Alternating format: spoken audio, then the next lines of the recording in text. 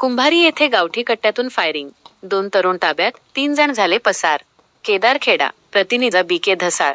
गाडीला कट मारण्याच्या कारणावरून झालेल्या वादातून गावठी कट्ट्यातून फायरिंग झाल्याची धक्कादायक घटना 3 जुलै रोजी कुंभारी, भोकरदन येथे घडली. या प्रकरणी भोकरदन पोलिसांनी हसनाबाद येथील 2 तरुणांना ताब्यात घेतले असून त्यांच्याकडून एक गावठी कट्टा व 2 मोटारसायकली जप्त केल्या आहेत. घटनेचा सविस्तर तपशील.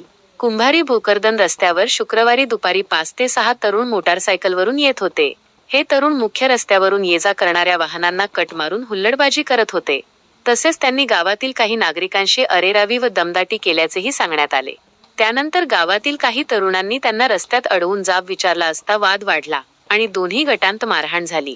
त्यानंतर संबंधित तरुण तेथून निघून गेले.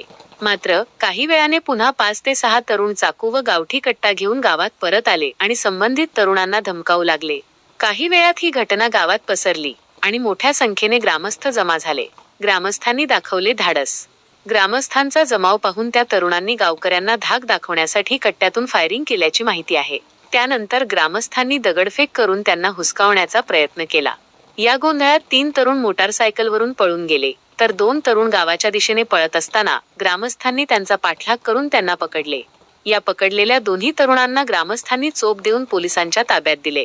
1 कट्टा व 2 मोटारसायकली जप्त. या दरम्यान एका तरुणाचा सहकारी पळून जाण्यात यशस्वी झाला. पोलिसांनी घटनास्थळी जाऊन ताब्यात घेतलेल्या दोन्ही तरुणांकडून 1 गावठी कट्टा व 2 मोटारसायकली जप्त केल्या आहेत. या प्रकरणी राजकुमार कांतीलाल भोसले, वय 25 व पृथ्वीराज संतोष चव्हाण, वय 24, वजीरखेडा, हसनाबाद यांच्या विरोधात गुन्हा नोंद करण्यात आला आहे. या प्रकरणाची पुढील चौकशी सुरू असल्याचे उपविभागीय पोलीस अधिकारी डॉ.